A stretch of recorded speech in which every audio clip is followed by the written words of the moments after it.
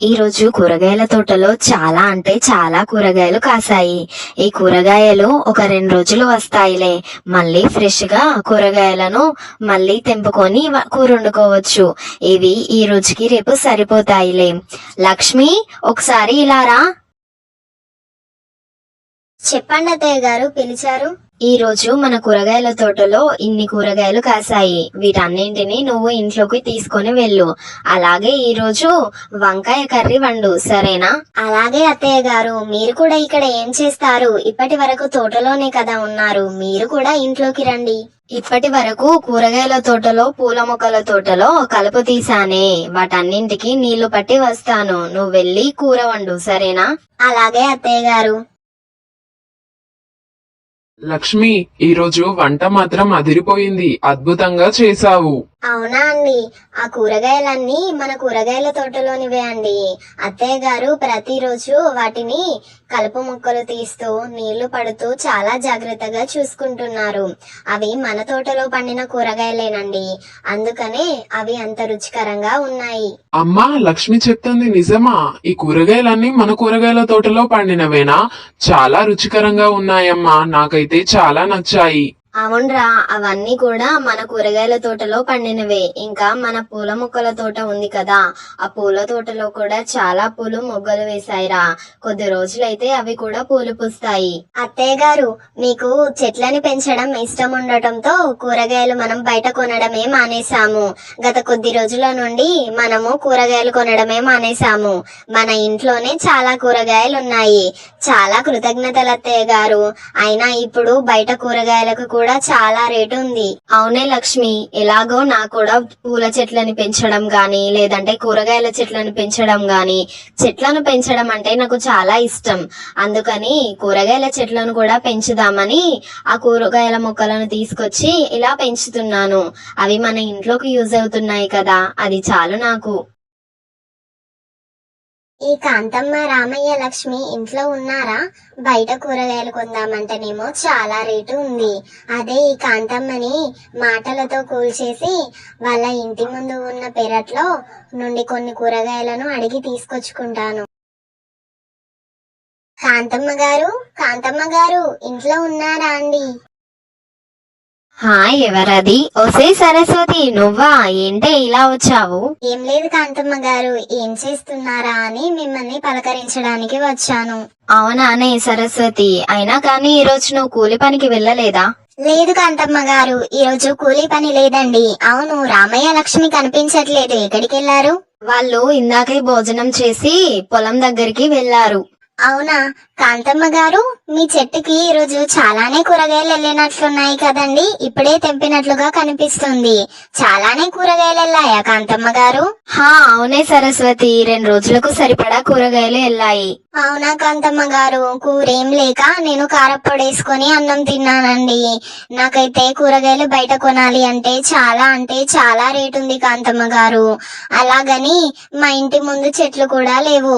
మీకైతే మంచిగా ఇంటి ముందే కూరగాయల చెట్లు, పూల చెట్లు చాలా మీరు పెంచుకుంటున్నారండి.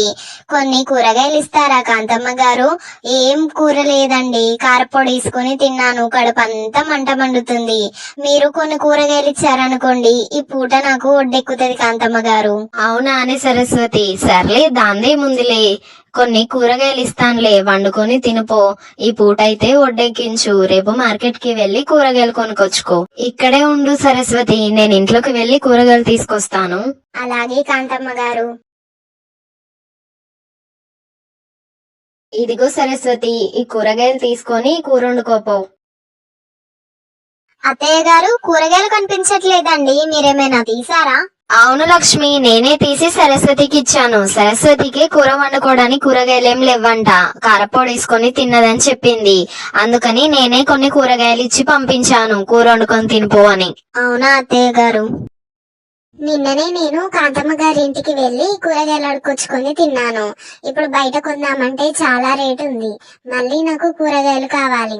నేను ఎలా వెళ్లి టమాటాలు తెచ్చుకోవాలి? నిన్ననే చూశాను, వాళ్ళ తోటలో టమాటా కాయలు చాలానే ఉన్నాయి, కూరగాయలు మాత్రమే తెంపింది. టమాటాలు మిరపకాయలు చెట్లకు అలానే ఉన్నాయి. నేను వెళ్ళి కాంతమ్మ గారికి కనిపించకుండా ఆ టమాటాలను ఆ మిరపకాయలు తెంపుకొని వచ్చి కూర వండుకొని తింటాను. అరే, నిన్న కూరగాయలు తెంపేటప్పుడు టమాటాలను పచ్చిమిరపకాయలు ఉండే చెట్లకు, ఇప్పుడు కనిపించట్లేదేంటి?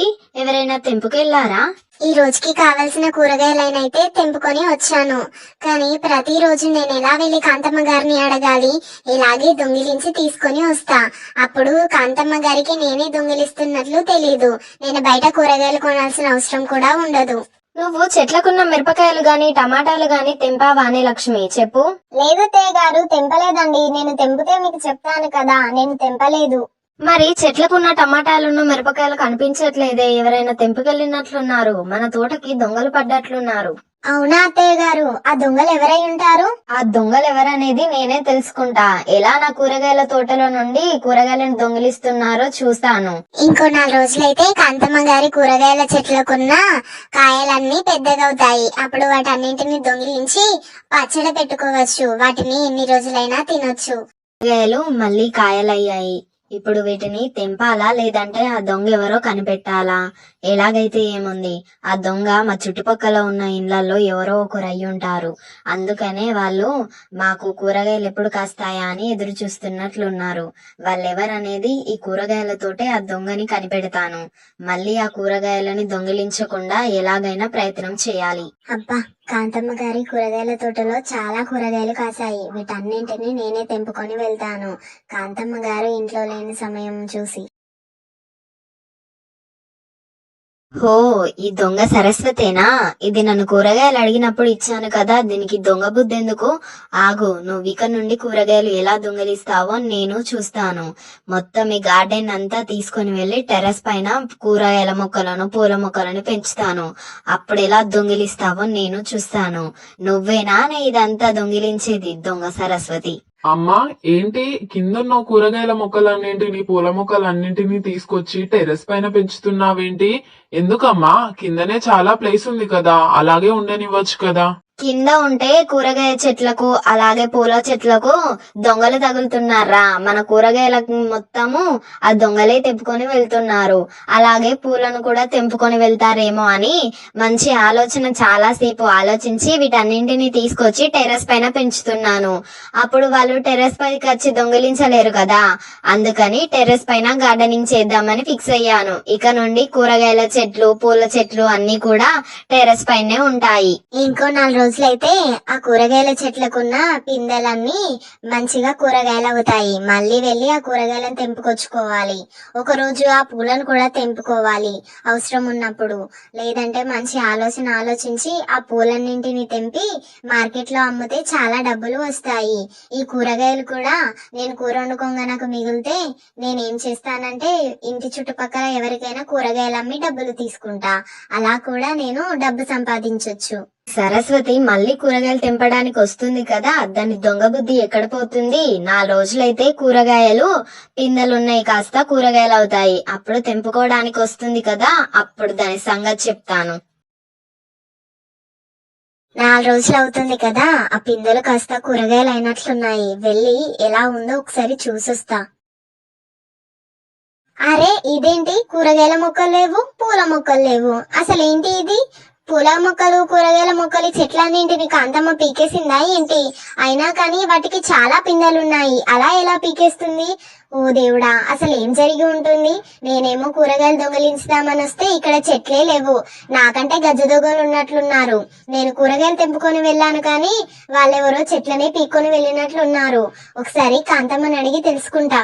కాంతమ్మ గారు, కాంతమ్మ గారు. ఈ సరస్వతి వచ్చినట్లుంది, దీని సంగతి చెప్తా, ఆగు. ఏంటే సరస్వతి, ఏంటి ఇలా వచ్చావు? ఎందుకలా అరుస్తున్నావు? ఇంట్లోనే ఉన్నా కదా. అయ్యో, అది కాదు కాంతమ్మ గారు, మీ ఇంటి ముందు ఉన్న కూరగాయల మొక్కలు పూల మొక్కలన్నీ ఇవ్వండి, కనిపించట్లేదు. ఎవరైనా పీక్కొని వెళ్ళారా? అలా పీక్కొని వెళ్తే నేను ఊకుంటానా? వాళ్ళ మొహం పచ్చడి చేయను. కూరగాయలను దొంగతనంగా తెంపుకు వెళ్ళినట్లా మొక్కలను పీక్కొని వెళ్ళడం అంటే వాళ్ళ తోలు తీస్తా మొక్కల జోలికొస్తే. కూరగాయలు కదా ఏదో పోనీలే అని వదిలేసా. మొక్కలు పీక్కే ధైర్యం ఉందా ఎవరికైనా?